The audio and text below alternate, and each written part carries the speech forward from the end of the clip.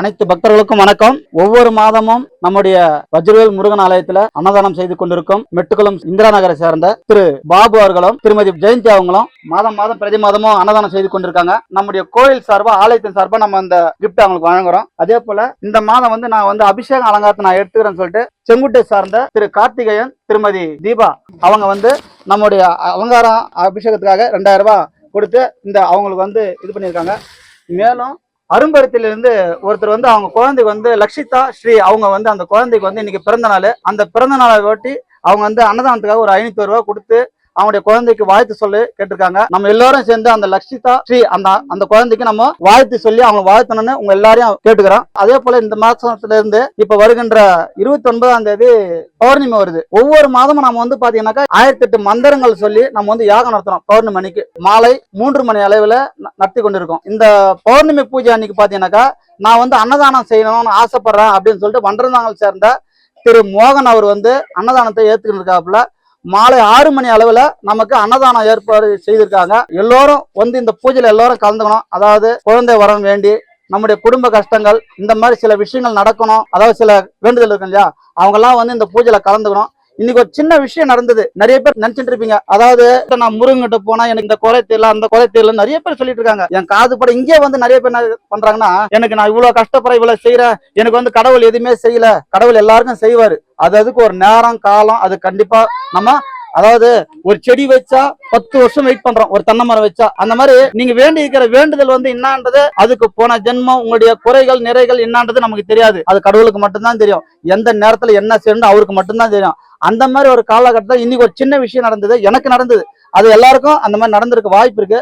ஒருத்தர் என்ன பண்ணாங்க, நமக்கு பாத்தீங்கன்னாக்கா ஒரு டீகாராமன் அந்த அண்ணா என்கிட்ட ஒரு 300 ரூபாய் கொடுத்தாரு. இன்னொருத்தர் ஒரு 100 ரூபாய் கொடுத்தாங்க. அது என் கூட இருக்கிற அவரு ரவீந்திரகிட்ட நான் அந்த ரூபாய் கொடுத்தேன்.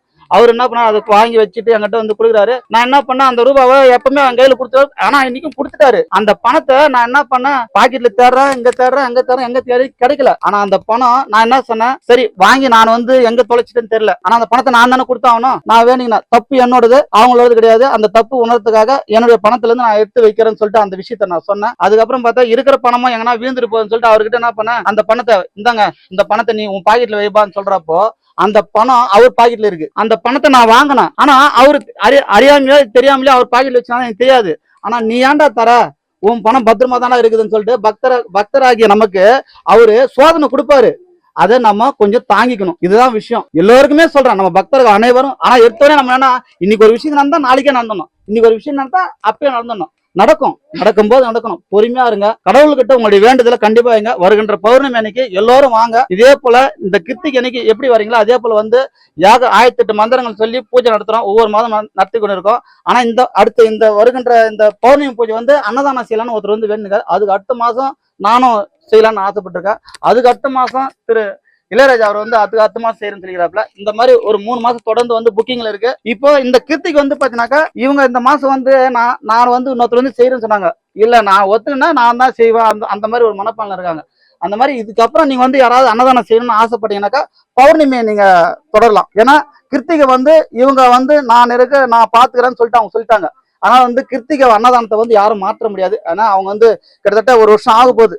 இந்த 1 வருஷமா கிட்டத்தட்ட ஒரு 8000 ரூபாய்க்கு மேல செலவாயிட்டு இருக்குது. அந்த அன்னதானத்தை அவங்களே ஏத்திட்டு இருக்காங்க. அதனால எல்லோரும் அதே போல உங்களுக்கு செய்யணும்னு ஏதாவது கோரிக்கை இருந்தா பௌர்ணமி நாள்ல நம்ம மாத்திக்கலாம். சரிங்களா? அனைவருக்கும் நன்றி, வணக்கம்.